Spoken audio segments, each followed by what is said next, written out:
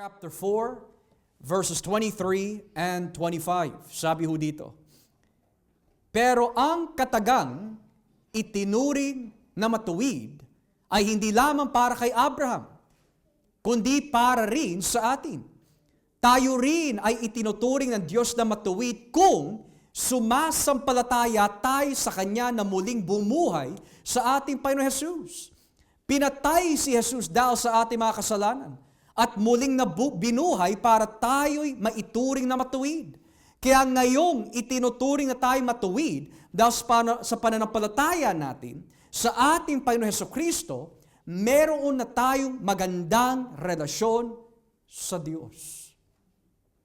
So ginamit po ni Pablo bilang argumento of justification by faith si Abraham, si David, na hindi po sa kanilang works itinuring po sila matuwid in the sense of dahil mabuting tao sila apart from God, but it was by faith that righteousness was imputed sa kanila. Moreover, kung babasahin po natin ang Galatians chapter 2, napakalinaw po nito. Galatia, kapitulo 2, talatang 16. Galatians 2, verse 16. Napakalinaw po nito. Ngunit, alam namin na ang tao ay itinuturing na matuwid ng Diyos sa pamagitan ng pananampalataya kay Jesucristo at hindi sa pagsunod sa kautusan.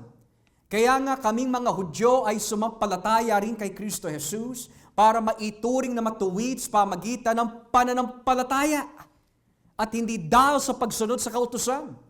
Sapagkat walang sinumang maituturing na matuwid sa pamagitan ng pagsunod sa kautusan. So, it's quite clear, infused justification, which requires your cooperation of good works, is not needed para ma-maintain, manatili ang pagiging justified. Dahil si Kristo lang ang matuwid. At ang sino man na kay Kristo, magpakailanman ay maituturing matuwid. Bakit po?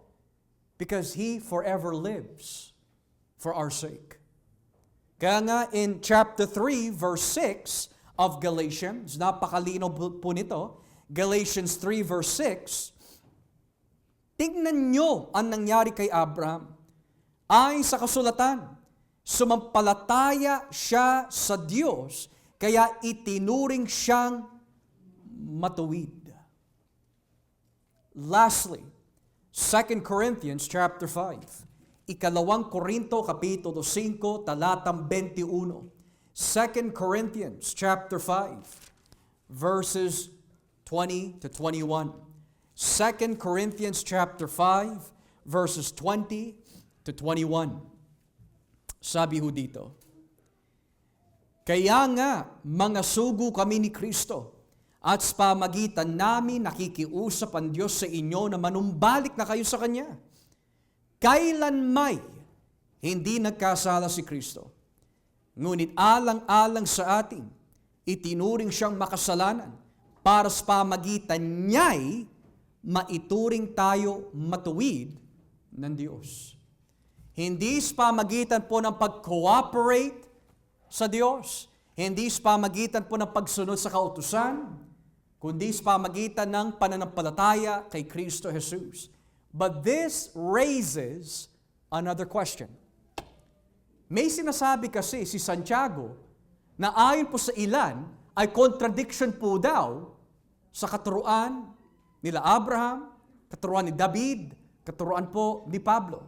At ano ho yun? Let's go to the book of James, chapter 2. James. Para po sa mga taong ito, contradiction po daw. Sabi po dito, in James chapter 2, verse 14. James chapter 2, verse 14. Look what it says. Mga kapatid, ano bang mapapala ng isang tao kung sabihin niyang mayroon siyang pananampalataya, pero wala naman siya mabuting gawa? Maliligtas pa siya ng ganyan pananampalataya? And then, kung ibababa po natin ang basa sa talatang 26, sabi po dito, kung paanong patay ang katawang walang espiritu, paano din ang pananampalataya kung walang mabuting gawa. Now, they say that yung itinuturo po daw ni James ay tutol po daw kay Pablo, and ayon po sa mga liberal na eskolar, ito yung sasabihin po nila.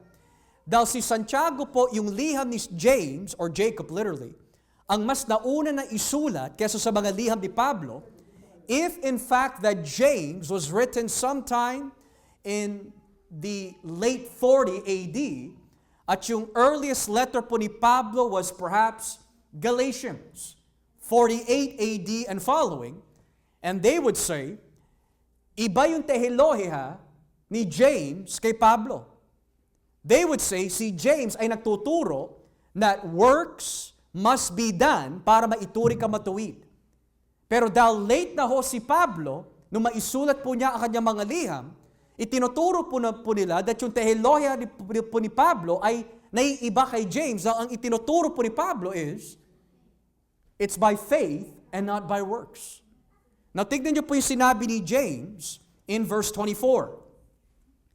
Dito niyo makikita na itinuturing na matuwid ng Diyos ang tao dahil sa mabuti nitong gawa at hindi dahil sa pananampalataya lamang.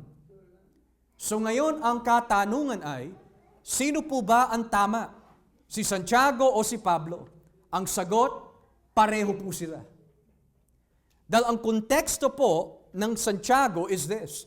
May mga tao nagsasabi, Kristiyano ako, naniniwala ako sa Diyos, kaya lang, walang gawa. Hindi nila pinapractice ang kanilang paniniwala.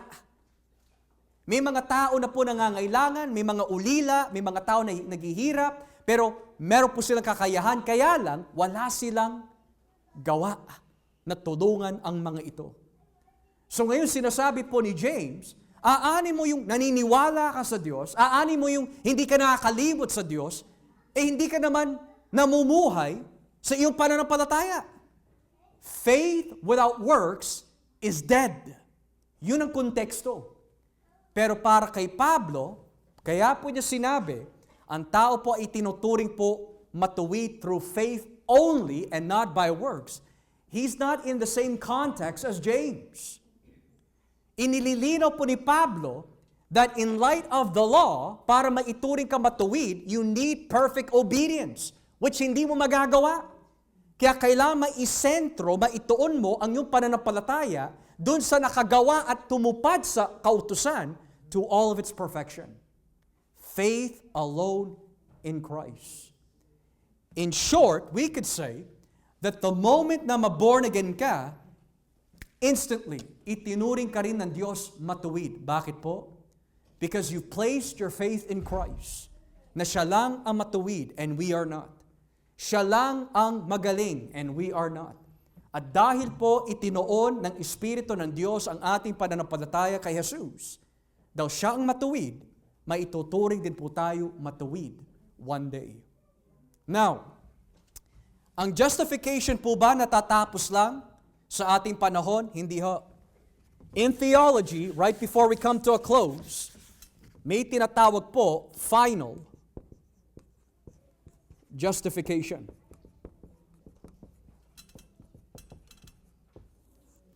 At saan po natin nakukuha yung ganyang klaseng katuruan? Balikan po natin ang Romans chapter 5 para makita po natin yung tinatawag na final justification.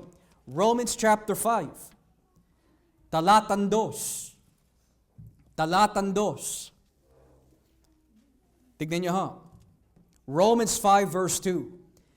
Sa pamamagitan ni Jesus at daw sa ating pananampalataya, tinatamasa natin ngayon ang biyaya ng Diyos at nagagalak tayo daw sa ating pag-asa na makabahagi tayo sa kadakilaan ng Diyos. By faith into this grace in which we now stand, that's today, and we boast in the hope of the glory of God. Ano po yung pag-asa na inaasahan po natin na matatamo balang araw? to stand before God at the great white throne judgment as innocent. Hindi pa ho tayo hinahatulan ng Diyos at the great white throne judgment. Kaya magkakaroon po ng great separation ang mga tupa sa mga kambing is because of justification. Who is innocent, who is not? Who is righteous, who is unrighteous? At ang only pag-asa po natin on that day na hindi pa ho natin natatamo pa ay yung tinatawag na final justification. Kapag humarap si Brother Joshua one day, dahil tinanggap ko si Kristo before I died, bagamat nabasahin ng Diyos ang aking mga nagawang kasalanan, mabuti man o masama na gawain, dahil ako'y na kay Kristo, the final verdict is justification. Kaya tignan niyo po yung sinabi ni Pablo sa Filipos Kapitulo 3. Maging si Pablo nga ito yung inaasahan niya Filipos Kapitulo 3, talatang Gs, or talatang 9, Philippians 3 verse 9. Ito rin ang inaasahan ni Pablo. Filipos 3:9, sabi ho dito, at ako namay maging kanya. Hindi na ako nagtitiwala na ako'y magiging matuwid sa pamagitan ng pagsunod sa kautusan, kundi sa pananampalataya kay Kristo. Ang pagiging matuwid ko ay kaloob sa akin ng Diyos nang sumampalataya ako kay Kristo. Nais ko ngayon na higit pang makilala si Kristo, maranasan ang kapangyarihan ng muli niyang pagkabuhay, makabahagi sa mga paghihirap niya at matulad sa Kanya, sa kamatayan niya. Sa ganoon, mabubuhay akong muli. In English, and be found in Him, not having a righteousness of my own that comes from the law, but that which is through faith in Christ, the righteousness that comes from God on the basis of faith. So in short, final justification, hindi pa ho natin nararanasan yan. But those who have accepted Christ currently are justified. That means you may fall, you may sin, pero hindi nababago ang status mo bilang righteous. Bakit po? Hindi nakasalalay ang pagiging matuwid sa ating performance. Nakasalalay po ito sa gawa at persona ni Kristo. So if Brother Joshua sins, it doesn't mean na wala na po ang justification ko na itinuturo ng mga Roman Catholics.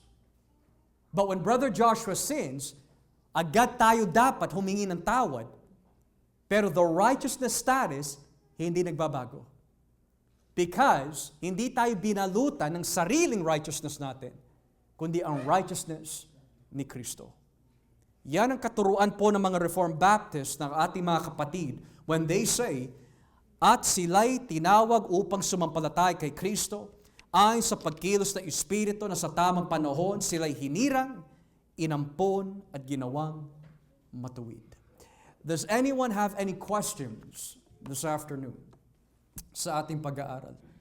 Any questions this evening or this afternoon?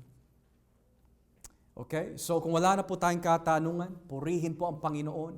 We are made righteous through faith alone in Christ. As we pray.